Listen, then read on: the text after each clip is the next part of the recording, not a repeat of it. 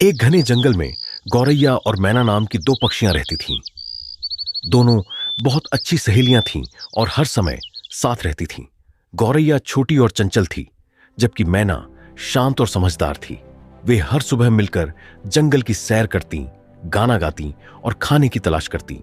एक दिन सुबह सुबह गौरैया ने मैना से कहा, हाँ चलो आज जंगल के उस हिस्से में चलते हैं जहाँ हमने पहले कभी नहीं गए। मैंने सुना है कि वहाँ खाने के लिए बहुत सारे मीठे मीठे फल मिलते हैं। मैना ने गौरैया की बात मान ली, लेकिन उसने कहा, हमें सावधान रहना होगा। नया इलाका हो सकता है, खतरनाक हो, हमें ध्यान से चलना चाहिए। दोनों जंगल के उस हिस्से की ओर उड़ चलीं। वहां सच में बहुत सारे चमकीले और रसीले फल लटके हुए थे। गौरैया खुशी से उछल पड़ी और तुरंत एक पेड़ की ओर उड़ गई। उसने बिना सोचे समझे फल खाने शुरू कर दिए। मैना ने गौरैया को चेतावनी दी, थोड़ा रुक जाओ। इन फलों को खाने से पहले हमें यह देखना चाहिए कि ये सुरक्षित हैं या नहीं। लेकिन गौरैया ने उसकी बात नहीं मानी।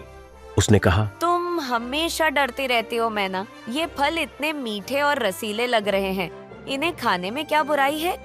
गौरैया ने फल खाना जारी रखा। थोड़ी देर बाद उसे पेट में तेज दर्द होने लगा। वह तड़पने लगी और शाखा से गिर गई।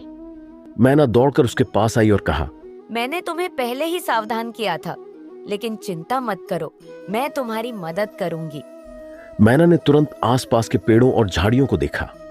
उसने एक बूढ़े कबूतर से पूछा, दादाजी, क्या आप जानते हैं कि गौरैया की तबीयत क्यों खराब हो गई है? कबूतर ने कहा, बेटी, ये फल विषैले हैं। इन्हें खाने से किसी भी पक्षी की तबीयत बिगड़ सकती है। गौरैया को बचाने के लिए उसे कुछ औषधीय पत्ते खिलाने होंगे।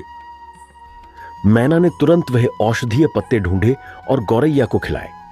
धीरे धीरे गौरैया की तबीयत ठीक होने लगी। उसने मैना से माफी मांगते हुए कहा, मैना, मुझे तुम्हारी बात माननी चाहिए थी।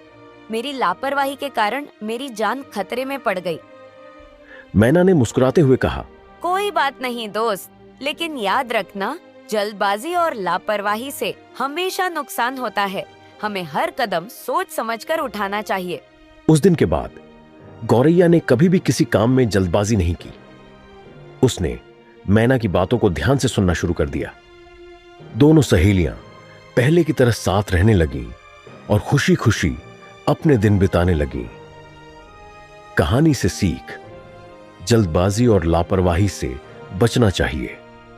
सोच समझकर और सावधानी से लिया गया निर्णय हमेशा सही होता है। मुझे उम्मीद है कि आप लोगों को यह वीडियो अच्छा लगा होगा। अगर वीडियो अच्छे लगे तो मेरे चैनल को सब्सक्राइब करें और बेल आइकन दबाना ना भूलें। धन्यवाद।